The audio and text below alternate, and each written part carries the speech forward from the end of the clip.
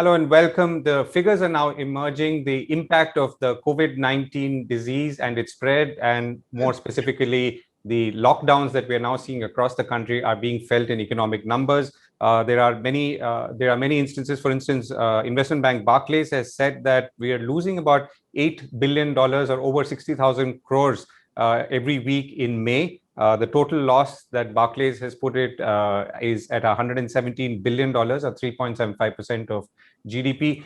Growth numbers, of course, are affected, but that's a different discussion. More significantly, unemployment has moved into double digits, according to the Center for Monitoring of Indian Economy, at 14.7% on May 23rd. There are some differences between urban and rural unemployment. Again, differences in the way it's panned out this time. There is always a discrepancy between the two. So let's understand this a little better, and let's understand what lies behind these numbers. To discuss this, I'm now joined by the CEO of Center for the Monitoring of Indian Economy, or CMIE, Mahesh Vyas. Mr. Vyas, thank you very much for joining me. So first question, take us through what these numbers mean, particularly in the context of the last 1 year. Over the last 1 year, we have seen the labor markets improve from a very dramatic fall that happened in April and May 2020, when the labor participation rate fell, the unemployment rate shot up, and there was tremendous stress. There were lots of job losses around that time. Since that fall, there was a recovery from May. It recovered a little in May, then in June and July as well. According to us, the recovery process kind of stabilized in September.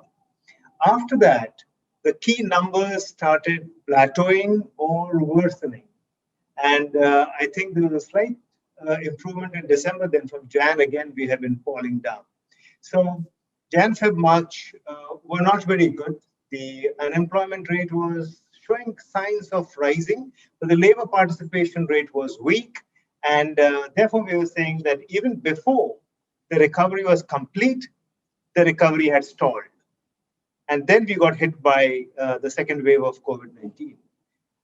What we have seen in the month of April is that the unemployment rate went up to 8%.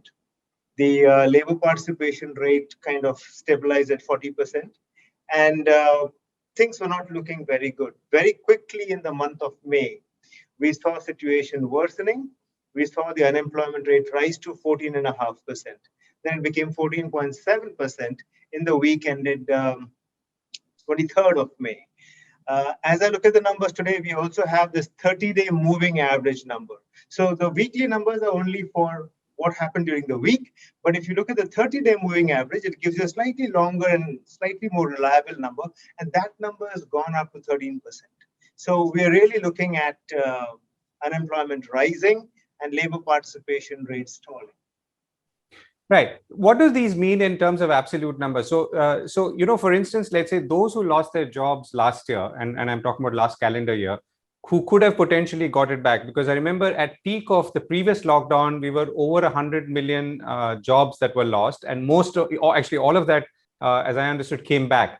Now, many of them have gone again. So there are two parts to this question. Now, which people lost their jobs, and if we could say, and which section of that got it back? And secondly, what does this kind of damage do? Or are these people who are fundamentally used to moving in and out of the workforce? So you're right, and let me explain this to you in some detail. So when we were hit by the pandemic in April 2020, about 126 million jobs are lost. That's really a lot. Most of those jobs, about 90 million of those jobs, were of daily wage earners. So a daily wage earner is employed by his going out to the curb and finding some job over there, or going to some construction site and finding a job there, or pushing the cart to sell his wares and finding employment over there. When the city or the nation was locked down, all of them, or almost all of them, lost their source of income or employment.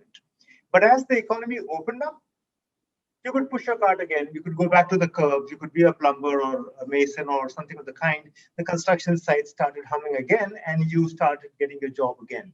So these are the people, the daily wage earners, who can, in a sense, move in and out of employment fairly casually.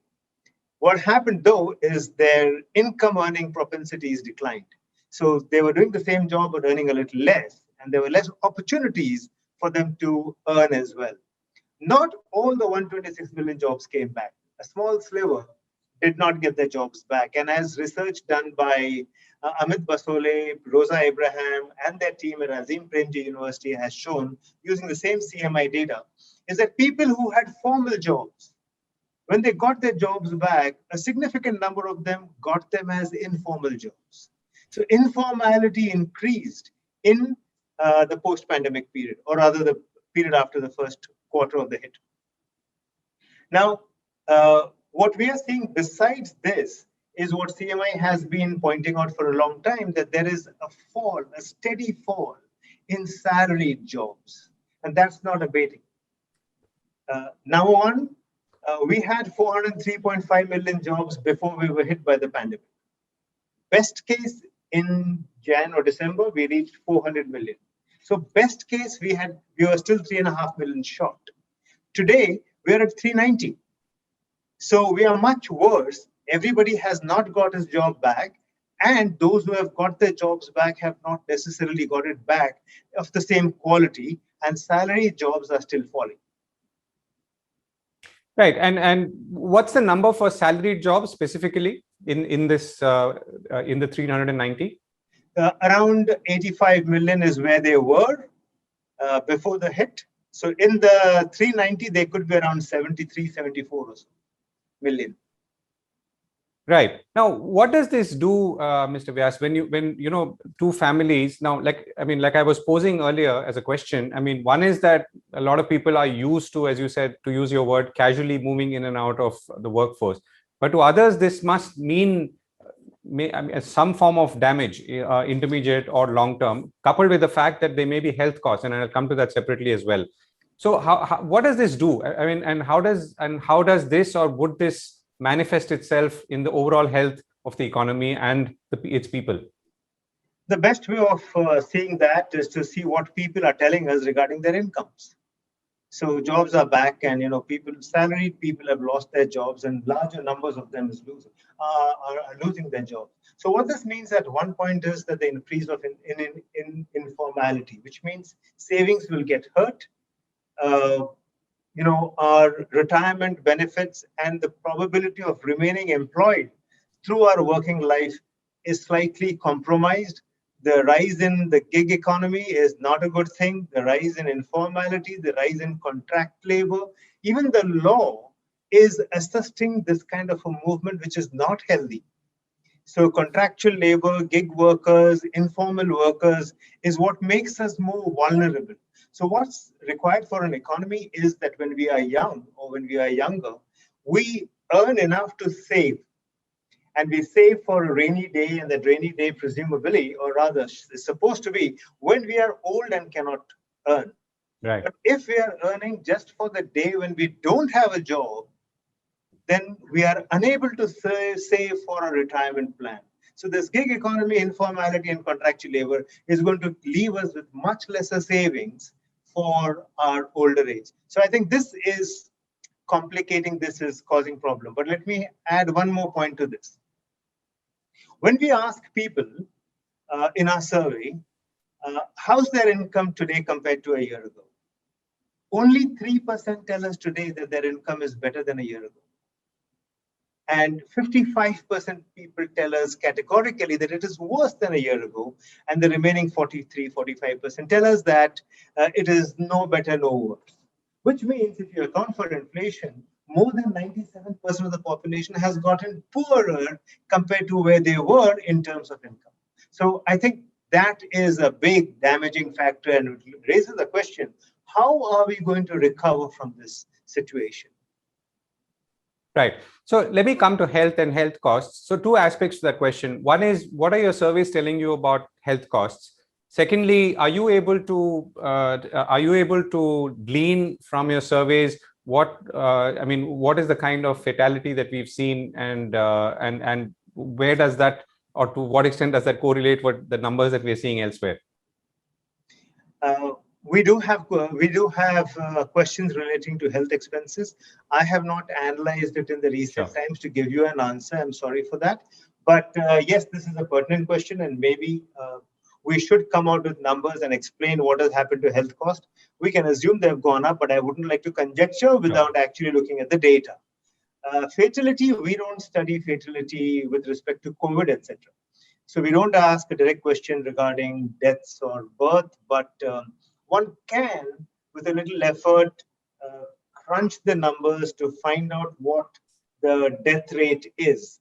But there are complications because we don't ask the question directly.